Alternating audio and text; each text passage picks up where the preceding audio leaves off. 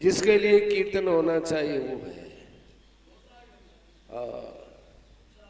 बहुत अच्छा रहा कीर्तन ये हुआ है। देखो गाय हमारी कितनी रक्षा करती है, और आज गाय पर आफत आई है तो इसका एक संकेत है।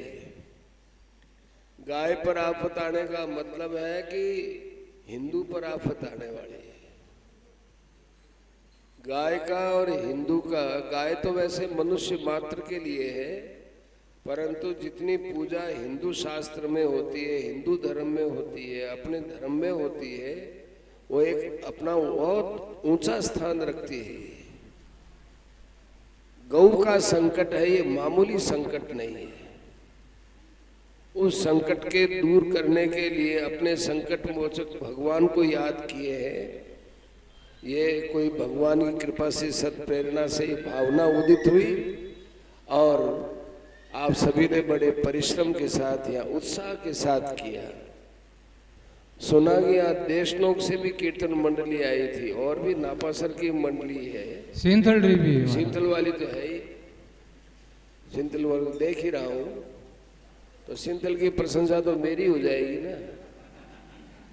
तो सब है, सब बड़े उत्साह से, बहुत बढ़िया है। कीर्तन के अलावा दूसरा अपने पास कोई उपाय नहीं है। कीर्तन क्या है? भगवान के सामने एक आर्त पुकार है। जब हमारा कोई जोर नहीं चलता है तब हम चुप पुकारते हैं, जोर से पुकारते हैं, हे भगवान अब रक्षा करो। कीर्तन में वो ताकत है। सामूहिक कीर्तन होता है, उसमें सबके भाव एक हो जाते हैं। अकेला करता है तो उसमें अकेले के भाव है, वो कभी क्या भाव बन जाए, कभी क्या भाव पता नहीं चलता। उसमें अपने भी कोई नए ख्याल में चले जाते हैं, पर कीर्तन में ऐसा नहीं है। कीर्तन में सबके भाव है, उन भाव के बाहर आदमी जा नहीं सकता है। सामूहिक कीर्तन में बड़ी शक्ति है। संगे शक्ति कलौ युगे, कलयुग के अंदर संगठन में शक्ति है। तो अपने को गाय के लिए संगठित होकर के ऐसी जो पुकार हो करने की भावना पैदा हुई भगवान की कृपा से, तो इसका मतलब है कि भगवान इस आर्त पुकार को, हम लोगों की आर्त पुकार को अवश्य सुनेंगे। लोग कह सकते हैं कि गाय पर ही आफत क्यों आई, तो देखो ये क्यों आई, कैसे आई, इसका मूल कारण भगवान जानते हैं। पर हम लोगों के अंदर गाय की भक्ति जगाने के लिए आई। गाय अभी तो एक प्रारब्ध के वश में हुआ जीव ही है।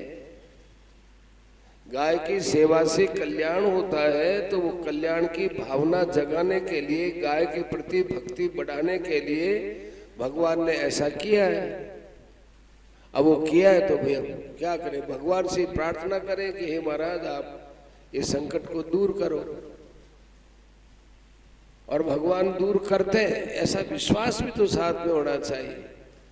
केवल इसलिए नहीं भी करते हैं इसलिए कर लो, करना चाहिए इसलिए कर लो, होना जाना तो कुछ है नहीं, ऐसे बीच में बात नहीं आनी चाहिए। होगा जैसा होगा, होना भगवान के हाथ की बात है, लेकिन हम कर क्या रहे हैं इस विषय में देखना चाहिए। हमको केवल कर्तव्य तक ही सीमित रहना है। कर्मणि एव अधिकारस्ते मा फलेषु, फल भगवान का मेरे हाथ में भाई।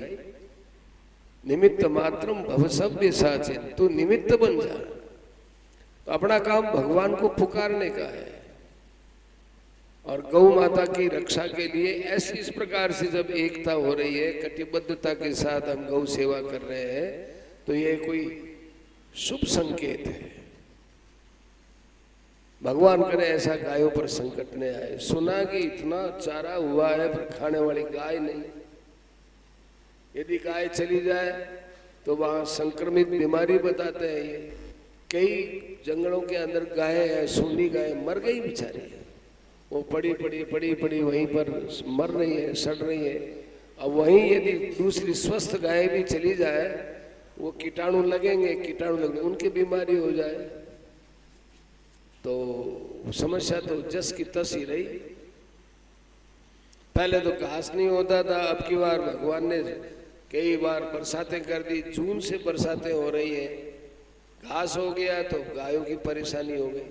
अब जो भी भगवान परिस्थिति देते हैं अपने को, तो उस परिस्थिति में कैसे भला हो, गाय का कैसे भला हो, दुनिया का कैसे भला हो, दूसरों की भलाई कैसे हो, इस विषय में जागरूक रह करके जो प्रयास कर रहे हैं, इसमें भगवान की पूर्ण कृपा माने और ऐसे ही हम लोग आगे करते रहे। राम। आप सबका बड़े सम्मान के साथ अभिवादन। राम।